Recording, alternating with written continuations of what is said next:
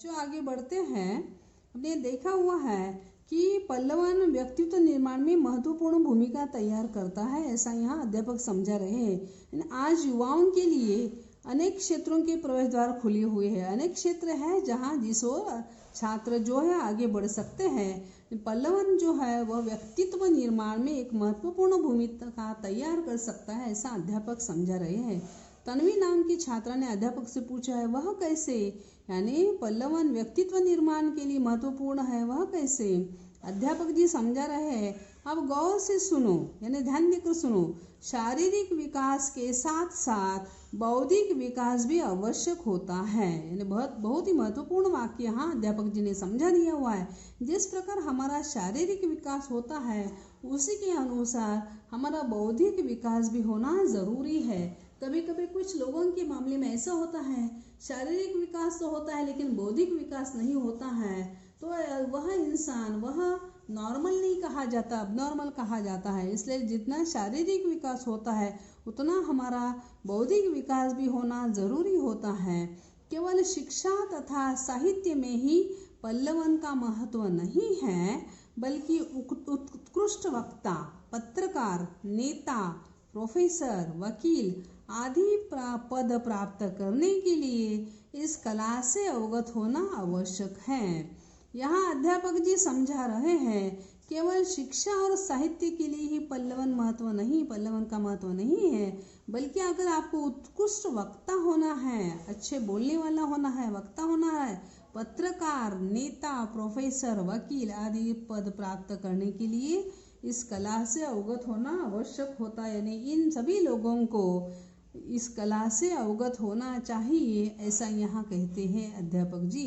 इतना ही नहीं, कहानी लेखन, संवाद लेखन, विज्ञापन, समाचार, राजनीति तथा अनेक व्यवसायों में भी पल्लवन का उपयोग होता है। सिर्फ पत्रकार, उत्कृष्ट वक्ता, नेता, प्रोफेसर, वकील के लिए ही नहीं है, संवाद लेखन, कहानी लेखन, विज्ञापन, समाचार, राजनीति तथा अनेक व्यवसाय में भी पल्लवन का उपयोग होता है। हमारे करियर की दृष्टि से भी पल्लवन उपयुक्त है। हमारे जीवन में पल्लवन का बहुत ही महत्व है। पल्लवन की जानकारी होना काफ़ी ज़रूरी है, ताकि हम जिस क्षेत्र में आगे बढ़ेंगे उस क्षेत्र में पल्लवन हमारा साथ दे सकता है, और पल्लवन से ही हमारी प्रगति हो सकती है। पल्लवन से बहुत जानकारी हमें हासिल हो सकती है। इसलिए जीवन में पल्लवन की समझना, पल्लवन की जानकारी होना काफ़ी महत्वपूर्ण है।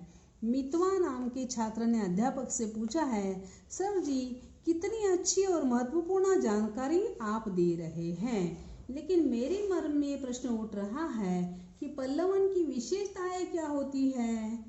मितवा नाम के छात्र ने पूछा है सर जी से कि बहुत ही अच्छी और महत्वपूर्ण जानकारी आप हमें दे रहे हैं, लेकिन मेरे मन में प्रश्न उठ रहा है कि पल्लवन की विशेषताएं क्या होती है। आप हमें पल्लवन की विशेषताएं बताइए कि पल्लवन की क्या विशेषताएं होती है। अध्यापक बताता हूँ।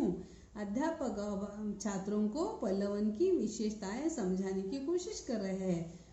इन्हें अपनी कॉपी में लिख सकते हैं। चलिए, यानी अध्यापक जी कहते हैं, मैं जो विशेषताएं आपको बता रहा हूँ आप अपनी कॉपी में लिख लीजिए, लिख सकते हैं। चलिए, मैं पल्लवन की विशेषताएं बोर्ड पर लिखता हूँ।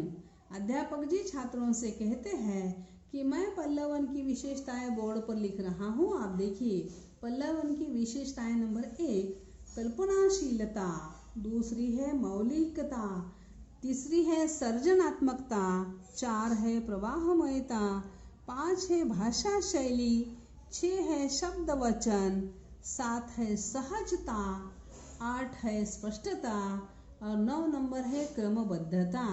इन विशेषताओं को लेकर आप पल्लवन लिख सकते हैं। ये उसकी क्या है, विशेषता है। लड़की पूछती, सर जी क्या पल्लवन लिखने की कोई अलग शैली होती है। एक लड़की ने अध्यापक जी से पूछा हुआ है कि पल्लवन लिखने की कोई और एक शैली होती है क्या। अध्यापक, हाँ, पल्लवन लिखने की निम्न शैलियाँ प्रचलित है। अध्यापक जी पल्लवन लिखने की शैलियाँ छात्रों को समझा रहे हैं। इसमें विषय प्रवर्तन प्रथम वाक्य से ही प्रारंभ हो जाता है। इसमें विषय प्रवर्तन प्रथम वाक्य से ही प्रारंभ हो जाता है, यानी पहले ही वाक्य में विषय की शुरुआत की जाती है। इसमें इधर उधर बहकने एवं लंबी चौड़ी भूमिका बनाने की कोई आवश्यकता नहीं होती है। यानी शुरू में कोई इधर उधर की बातें बनाना और लंबी चौड़ी भूमिका बनाने की कोई आवश्यकता नहीं होती है। प्रथम वाक्य से ही श्रृंखलाबद्ध, रोचकतापूर्ण एवं उत्सुकता भरे वाक्य लिखने चाहिए। पहले ही लिखते समय हमें क्या करना चाहिए? श्रृंखलाबद्ध, रोचकतापूर्ण एवं उत्सुकता भरे वाक्य लिखने हैं। यानी श्रृंखला यानी एक लयबद्धता, रोचकता यानी उन वाक्य में रुचि निर्माण करने वाले वाक्य, और उत्सुकता पढ़ने वाले को उत्सुकता निर्माण हो, ऐसे वाक्य शुरू से ही लिखने चाहिए, ऐसा अध्यापक जी ने यहाँ बता दिया है। दूसरे वाक्य में उन्होंने बता दिया हुआ है कि कुछ विद्वान ऐसा मानते हैं कि प्रारंभिक 2-3 वाक्यों की भूमिका बनानी चाहिए। वे क्या कहते हैं? शुरू में ही 2-3 वाक्यों में ही उस विषय की भूमिका बनाना चाहिए। मध्य के 10-12 वाक्यों में विषय प्रतिपादित करें तथा अंतिम 2 वाक्यों में उपसंहार प्रस्तुत करें। रोशन नाम की छात्रा ने सर जी से पूछा है, सर क्या पल्लवन की प्रक्रिया भी अलग होती है? इस संदर्भ में भी संक्षिप्त में जानकारी दीजिए।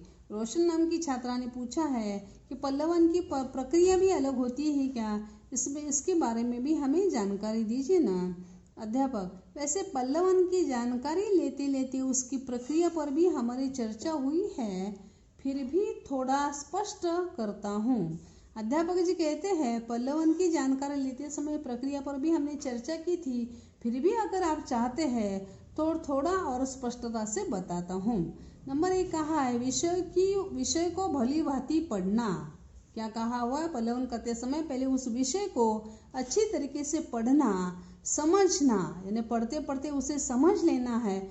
ध्यान केंद्रित करना, समझने के लिए पहले ध्यान केंद्रित करना चाहिए, जो पढ़ रहे उस पर हमारा ध्यान होना चाहिए। अर्थ स्पष्ट होने पर पुनः सोचना, यानी उन्होंने कहा है कि विषय को भली भांति पढ़ना है, समझना है, उसके लिए ध्यान केंद्रित करना है, और अर्थ स्पष्ट होने पर उसके बारे में थोड़ा पुनः सोचना है। जो हमने पढ़ा है, समझा है, उसका अर्थ स्पष्ट होने पर उसके बारे में थोड़ा सोचने की कोशिश करनी चाहिए, ऐसा वे कहते हैं। नंबर 2 में कहा है, विषय की संक्षिप्त रूपरेखा बनाना, यानी विषय का क्या करना है? उसकी संक्षिप्त में रूपरेखा बनाना है। जो हम लिखने जा रहे हैं उसकी रूपरेखा बनाना। उसके पक्ष विपक्ष में सोचना, यानी पक्ष और विपक्ष के बारे में सोचने की कोशिश करनी है। फिर विपक्षी तर्कों को काटने हेतु तर्कसंगत विचार करना। जो विपक्षी तर्क होते हैं उसे काटना है, तो उसके लिए तर्कसंगत क्या करना है? विचार करने की कोशिश करनी है। उसके बाद तर्कसंगत तथा सम्मत विचारों को संयोजित करना तथा असंगत विचारों को हटाकर अनुच्छेद तैयार करना, यानी जो ज़रूरी है उसे लेना है और जो ज़रूरी नहीं है उसका अनुच्छेद करना है, उसे हटाने की कोशिश करनी है, ऐसा यहाँ उन्होंने बता दिया हुआ है। शब्द पर ध्यान देकर शब्द सीमा के अनुसार पल्लवन करना, यानी लिखते समय पल्लवन तैयार करते समय हमें क्या करना है? शब्दों की ओर ध्यान देना है और शब्द सीमा के अनुसार पल्लवन करना है। ने शब्द भी सीमा में, मर्यादा में होने चाहिए, और अंत में लिखित रूप को पुनः ध्यान देकर पढ़ना। अंत में क्या करना है? जो हमने लिखा हुआ है उसे ध्यान से पढ़ने की कोशिश करनी है। और एक बात, विद्यार्थियों, पल्लवित किए जा रहे कथन को परोक्ष कथन और भूतकालिक क्रिया के माध्यम से अन्य पुरुष में कहना चाहिए। उत्तम पुरुष तथा मध्यम पुरुष का प्रयोग पल्लवन में नहीं होना चाहिए। यह विद्यार्थियों को भी समझा रहे हैं, पल्लवित किए जा रहे कथन को परोक्ष कथन और भूतकालिक क्रिया के माध्यम से अन्य पुरुष में कहना है। उत्तम या मध्यम पुरुष का प्रयोग पल्लवन में नहीं होना चाहिए।